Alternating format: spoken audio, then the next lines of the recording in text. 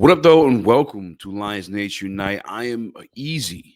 Today, we're going to go over some of the takeaways from training camp as we head into our first preseason game, hopefully before my laptop dies. Number one, we're just going to spitball this thing. I cannot find my charger. Number one, Aidan Hutchinson, there is zero concern, zero doubt in my mind that this guy will return either to form or, if not, is a better version of what he already was. I heard Dan Campbell say it in the media before they hit the pads. His bend is right back. In fact, he may be even bendier, which is like, all right, that's kind of crazy. Sure. Then Calvin Shepard says he's better. He's better out there. You're like, what the how is this? And then I go to training camp, and you guys, I'm pretty sure you guys saw the footage by now of Aidan Hutchinson getting worked in a run rep. It might have been a pass rep by Penei Sewell. Then he's over there on, what do we call that, Mount Patricia. And he's practicing a little inside spin move. He's like, I'm going to try this. This should work on the next rep. Has the next rep, tries it, and it works. Now, that is position drills. I get it. Offensive line, defensive line. Maybe that doesn't do it for you in a 1v1 set. And then, sure, that makes sense. I see a lot of people on Twitter say, I want to see it in season. Preseason doesn't mean anything. Okay. Let's jump forward to pads, team practice, team periods, team scrimmage, and he's doing the same stuff to Penei Sewell there too. What are you talking about preseason? Do you not know who Penei Sewell is? I mean, he's a first team, back-to-back, all-pro. If Aidan Hutchinson is getting work in and making moves against that man of all men, he is back. And to be honest with you, just going through the history of, and again, I said this on the show too, maybe Penei is getting into football shape. And Hutch has been in football shape because he's been redlining since the injury to make it back onto the field. That could be a situation too. I'll say that. But do you not understand the Penei? If you're doing that against Penei Sewell, of all human beings, you're good. We're good to go. And I understand why Brad Holmes is saying Aidan's next in the docket. I think that's why, maybe the reason why we're not seeing Anzo get his situation taken care of immediately, because they got to figure out Aidan Hutchinson first. It's a whole lot of money. I mean, we're going to be talking about $38 to $40-something million per year for Aidan Hutchinson. And in my opinion, one of my biggest takeaways is they should pay him now. Because if they let that man go in the season, the way that he looks right now, I mean, it's going to jump. It's going to jump big time. But at the same volition, maybe that, knowing that as salaries jump and he's going to reset the market because he's that caliber of player, maybe he's waiting for Trey Hendrickson, who did report to camp today. Maybe he's not getting one. Maybe he's waiting for Micah Parsons, right? Because those are two opportunities for the market to reset itself twice more before Aidan Hutchinson signed his deal.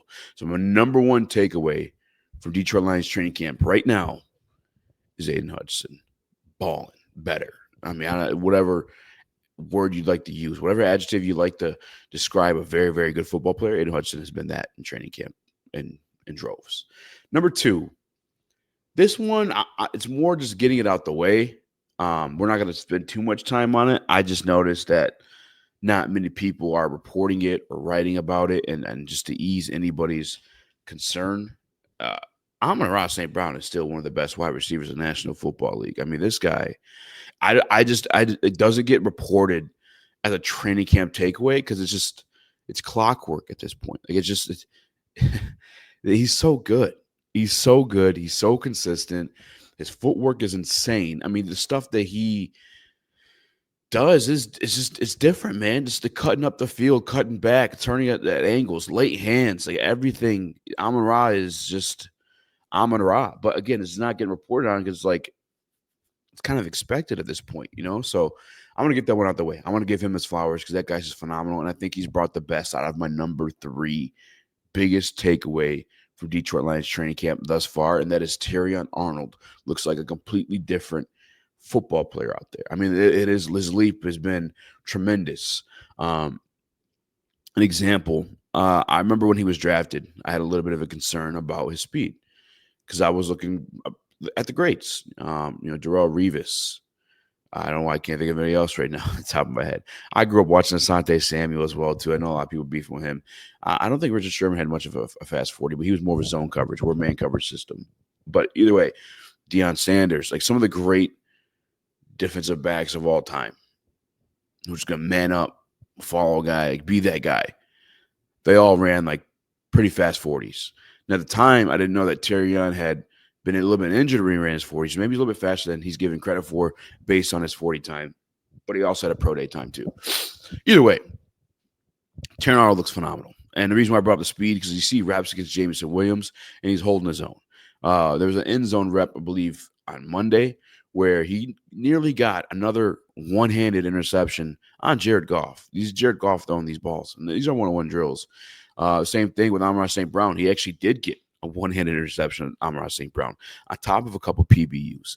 Yesterday, the scrimmage, a PBU on, I don't know, actually got his hands on that one, but it was very, very tight coverage on Sam Laporta, forcing Goff to overthrow him a little bit there. I don't know that Laporta's actually pretty phenomenal, but I don't know he would have been able to make that catch had Terrion not been there. But regardless, Terrion looks like a different guy. Like all the people who get your receipts ready, I guess I'll put you that way. Like, get your receipts ready for your friends, your cousin, your uncle, whoever it is that just had like the most vitriol stuff to say about Terrion Arnold after his rookie season where he played the most man coverage snaps. Get the receipts ready, because we're going to see a different human being come the start of the regular season. I think he could almost end up being your CB1 on this team. And Terrion has looked that good. And if you guys watch me over at the other place, or if you just watch me in general, just throughout my entire time, my entire journey in doing this stuff like that, you know I keep it real. I'm not going to sugarcoat stuff. I'm really not. Half the fan base has me, not half the fan base. Let's be real. But people literally block me on Twitter because I don't consider Jared Goff elite. I think he's very, very, very good. I just think he's like that elite tier, right? So I'm going to keep it real with you. I'm not sugarcoating nothing. I'm not fanboying nothing. These are like straight training camp observations, watching with my eyes, no bias. Terrion Arnold looks phenomenal. Well, Terrion Arnold looks really good. Aidan Hutchinson looks phenomenal. Obviously, Amon-Ra St. Brown looks great. And then the maturation of Jack Campbell is probably going to be my number 4 thing take away from the Detroit Lions training camp thus far, leading into the Hall of Fame game. Just the level of gamesmanship, maybe? I don't know. I mean, I guess put you this way, and I think I've talked about this in this channel as well too, but sorry, just woke up. Jared Goff, obviously going into his 10th year, like he's a big boy now. He's been in this system arguably for like 4.5 years. And I say this system because not much is changing. So maybe some verbiage is changing, maybe a little bit of philosophy of the wide receivers is changing. I'll get with that too. That might be a big observation to take away from. But Jared Goff has been, he knows this system enough to change the play call at the line of scrimmage. I think we saw the most of that last year, and he was phenomenal at it. And so you're seeing it, you're zooming again in camp. And this time, there's this hawking 6'5" human being in a 46 jersey hitting these. See what I'm saying? Like counterpointing Jared Goff's hot routes or audibles. And then Jared Goff is like, oh, you doing it, doing his too. And they're just going back and forth. It's just like a mental chess matchup between he and Jared Goff. And that's something I'm not used to really see. I mean, I've seen it a few times out of Jack Campbell, but I guess to the point where like Jared Goff has to counter these things too. Like the maturation of Jack Campbell's been phenomenal. Shout out to him. That one's been pretty sweet to see. He's always been a phenomenal downhill linebacker. The coverage stuff was my biggest question for him. I know he's been challenged with Sam Laporta, and Sam Laporta's getting him. I don't know that we'll ever – I'll be honest with you. I don't know that we'll ever see Jack Campbell become an elite coverage linebacker, but I do think he'll still be very good. I mean, at 6'5" and the athletic traits that he has, I don't see how you're bad, if that makes sense, at the end of the day. Like, you're still at least going to be good. But that's one of my takeaways as well. Number 5. I don't know what number we're at anymore. I'm going to be honest with you guys. It's going to be – I don't know if it's going to be like this in the regular season. I don't know if they're just opening things up to, pouring on them to get him in the right mindset or to get used to these balls from Jared Goff. But this offense may be a bit more vertical than it had been in the past. And I'm talking everybody. I mean, this could almost be a separate point itself. But like Jahmyr Gibbs, I'm talking running deep routes. Like it's happening. Another one that I saw, JG missed him. Missed Laporta on a few, but he also obviously you're going to hit J-Mo on some of them. I think he hit Tim Patrick on one of them as well too. Like they're taking shots this year down the field, and some of it has to deal with, I believe, Johnny Morton being a former wide receiver, particularly one who ran a 4.3 himself, who just believes in wide receivers winning those one-on-one battles and getting downfield and just loving that and knowing that like the morale and mentality that comes along with that. And I think some of it also is just like the maturation of these players just getting better in themselves. I know Jameson Williams, his route tree. I mean, that probably should have been up there with my top 3 picks for the biggest takeaways. Jameson Williams looks phenomenal this year. I mean, he is taking a whole nother step. He's running completely different routes. And you've heard everyone from his coaches, from himself, that he's just getting better. He's gotten better. And so you're able to handle a little bit more of a workload. I don't believe Ben Johnson held him back. I think Ben Johnson put him in the most ideal situations. That's why he saw a top 3 offense and a top 5 offense for the last 3 years. However, again, if you listen to him, Dan Campbell, Johnny Moore, I mean, whoever it is, speak about his evolution of his game.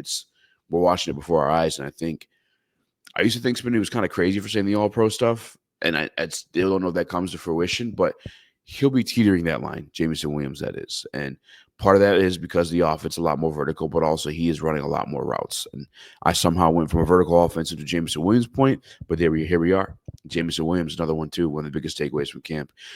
Ja, and I heard a lot of talk about him and Dave Montgomery on the field at the same time.